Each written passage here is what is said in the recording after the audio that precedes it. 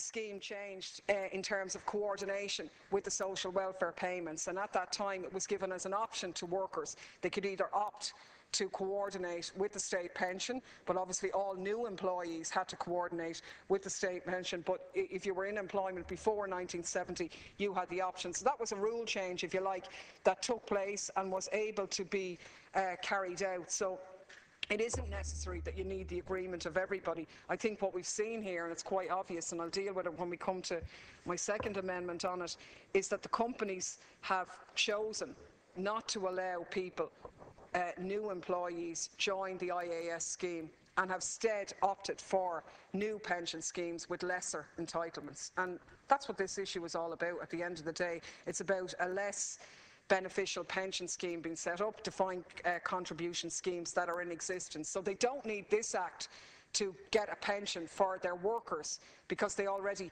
have new pension schemes in Aer Lingus certainly, and I believe in the DAA.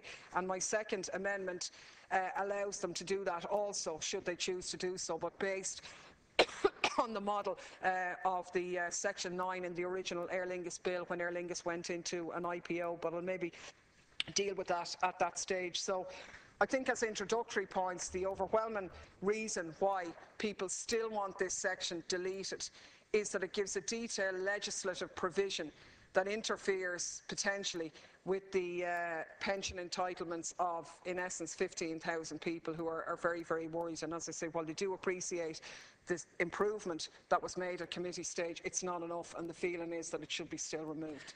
Deputy, just before you sit down, I want to clarify the speaking arrangements again. Deputy Dooley is next, then I'm going to go to the Minister, then everybody has 2 minutes, but actually only one of you can come back to wrap up the debate, and strictly speaking it should be you, Deputy, because you're the first.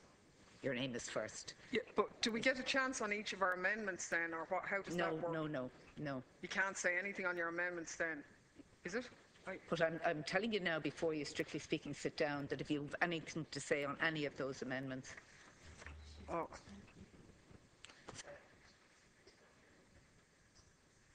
The grouping of all of the amendments you address now. Right, okay, well, just, no, I don't even need, just 2 minutes then on the things. Yeah. Obviously the main points were in relation to... You can take as long as you like now. Yeah.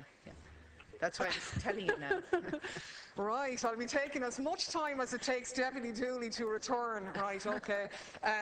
No, look, they were generally points on the deletion of Section 34 in its entirety, which, to be honest, is the preferred option that people want, and we obviously will be pushing for that for a vote, because that is what people would feel a lot more comfortable if you got it eliminated. Now, the other amendments arise really in the instance that that wouldn't be accepted, that we were still left with 34 as it is. And in essence what they're doing is, there is a concern that the Minister is proposing to delete Section 9 from the Aer Lingus Act. Now, we know that it was never invoked, that's true.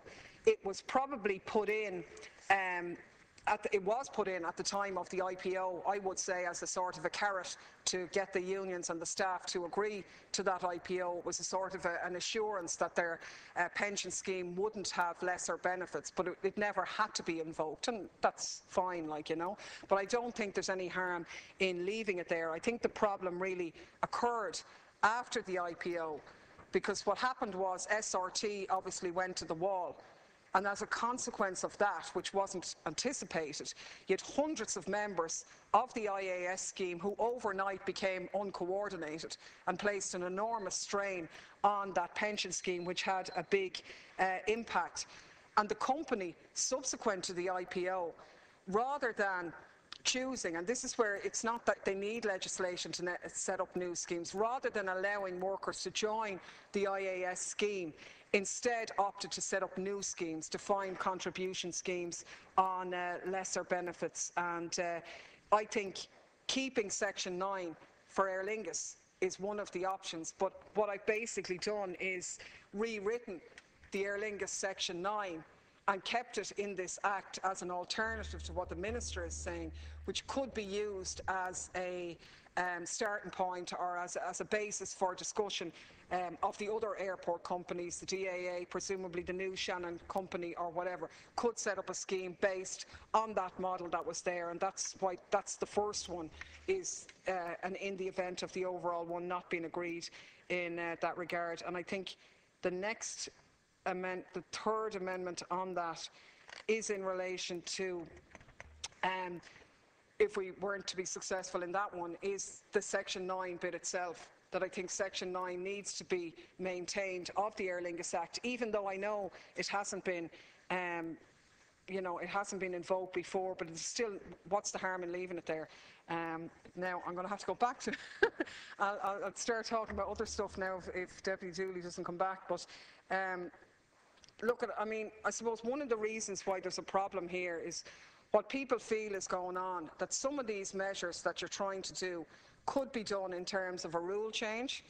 They could be done maybe in terms of a Section 50 order, which obviously takes precedence over a rule change, but legislation then trumps the Section 50. And what people believe is happening really is that this has been done to bypass the trust deeds and the rules and empower, de facto create a scenario. So I don't think that's desirable in this situation. I think there are other ways of achieving what the Minister said he wants to achieve, but I don't think that this is doing it. So I think I will be moving certainly number 4, if in the event of 3 falling, and maintaining the other one as well. And I wonder maybe, while we are here, is because there won't be an opportunity while the Minister is the Minister, if I could slightly raise a related but separate issue in relation to the national aviation policy, which is presently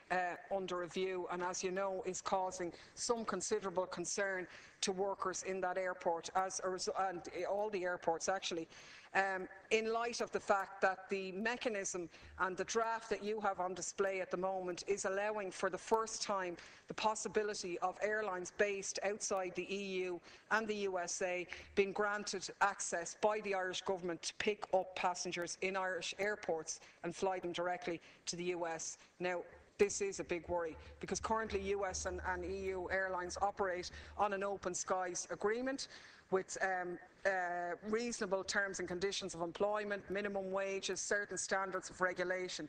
Deregulating the market in this way will most definitely undermine the conditions of Irish workers. And I wonder, would the Minister, while he's here, comment on that, because we've seen very worrying developments in aviation in this regard. You may have seen the feature in The Economist, which talked about one of the Pacific carriers who are operating basically now as an absolutely low-cost carrier, where they cram in 440 people, where a different airline on the same aircraft would have 220 people, and a very much race to the bottom developing there, and particularly whether you could confirm that the US carriers have been in touch with your office, saying that if the market is opened up to outside the EU and the USA, that they will pull out of Ireland, which would have a dramatic impact as well, because already we see airlines such as Ethiopian Airlines make an announcement that they are going to travel